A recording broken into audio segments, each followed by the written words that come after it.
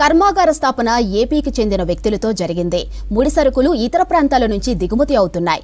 లాభాలు ఆంధ్ర వ్యక్తులకు, ఫ్యాక్టరీల నుంచి వచ్చే కాలుష్యంతో ఇబ్బంది పడవలసిన పరిస్థితి తెలంగాణ ప్రజలదే. అప్పుల నరసింహాపురం గ్రామ సమీపంలో భద్రాద్రి స్పాంజ్ ఐరన్ ఫ్యాక్టరీతో పాటు మరో కెమికల్ ఫ్యాక్టరీ ఏర్పాటు చేశారు. పరిశ్రమల నుంచి వచ్చే కాలుష్యంతో పంట పొలాలు, గ్రామ ప్రజలు అనారోగ్యానికి గురవుతున్నారు. అధికారులకు ఎన్నిసార్లు ఫిర్యాదు చేసినా సమస్యలు పరిష్కారం కావడం లేదన్నారు స్థానికులు.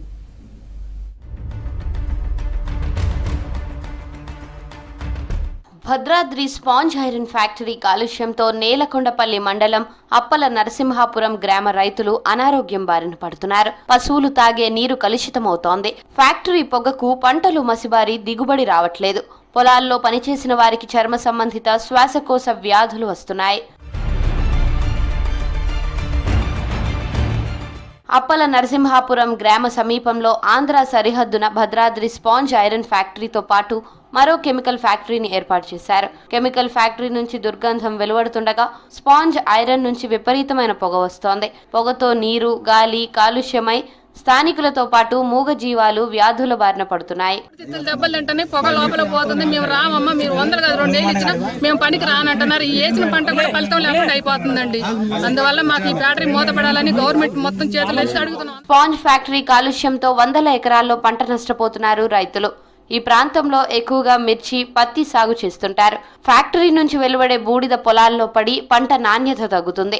ఎకరం పంటకు లక్షల రూపాయలు ఖర్చవుతుందని, ఫ్యాక్టరీ కాలుష్యంతో తమ కష్టం బూడిద పాలవుతుందని ఆవేదన వ్యక్తం చేస్తున్నారు రైతులు. ఫ్యాక్టరీ పొల్యూషన్ సమస్యపై ఎన్నిసార్లు అధికారులకు విన్నవించుకున్నా పట్టించుకోవడం లేదని తెలిపారు రైతులు. అప్పటికప్పుడు హడావుడి చేస్తున్నారే తప్ప శాశ్వతంగా సమస్యను పరిష్కరించడం లేదని చెప్పారు. పొలాల్లో పనికి రావాలంటే కూలీలు కూడా భయపడుతున్నారని చెప్పారు. ఫ్యాక్టరీ చుట్టే 2 కిలోమీటర్ల పరిధిలో పంటలు పండక తీవ్రంగా నష్టపోతున్నామని వాపోతున్నారు. మాకు 10 రోజుల తర్వాత నివేదిక సమర్పించమని చెప్పారు. దానివల్ల మా పంటలు బాగా ఫుల్ డ్యామేజ్ అయిపోతున్నాయి. ఆయన ఎన్ని కౌలు ఇచ్చినా ఏళ్ళు ఇచ్చినా కూడా మా దాంట్లో ఇప్పుడు ఒక్కొక్క ఎకరానికి 2 లక్షల రూపాయలు పెట్టుబడి పెట్టి మిర్చి పాడైపోయింది. చిన్నకారు రైతులు ఉన్నాం. మీరు ఒకసారి గవర్నమెంట్ వారి పెద్ద మనసుతో కనికరించి మంత్రి గారు పొంగులేటి శ్రీనివాసరెడ్డి గారికి నమస్తే అండి.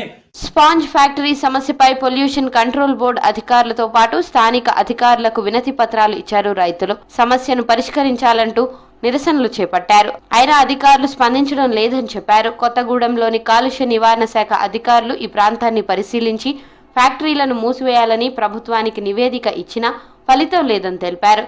ఈ పరిశీలనలో రైతులు చెప్పినట్టుగానే ప్రతి పొలంలో బాగా డస్ట్ ఉంది. వాళ్ళకి పంట నష్టం జరుగుతుందండి. ఇది మేము అంతా పరీక్షించి తదుపరి చూసి పైకి నివేదిక ఇవ్వడం జరుగుతుందండి. తప్పకుండా రైతులకు న్యాయం చేస్తాము. ఫ్యాక్టరీ పొగ వల్ల కాయ మొత్తం నలుపు వచ్చింది. ఆ మధ్య చెక్ డౌన్ వల్ల బరిగొడ్లు చనిపోతున్నాయి. గేదెలు కూడా చాలా చనిపోయి ఆ పొగ వల్ల బాగా ఇబ్బంది కలుగుతుంది. దురద కానీ బాగా వస్తుంది. కావున ఆ ఫ్యాక్టరీ మాకు మూత వేయాలని అధికారులకు చేసి నమస్కరిస్తాం. భద్రాద్రి స్పాంజ్ ఐరన్ కెమికల్ ఫ్యాక్టరీలపై చర్యలు తీసుకుని కాలుష్యాన్ని నివారించాలని కోరుతున్నారు రైతులు.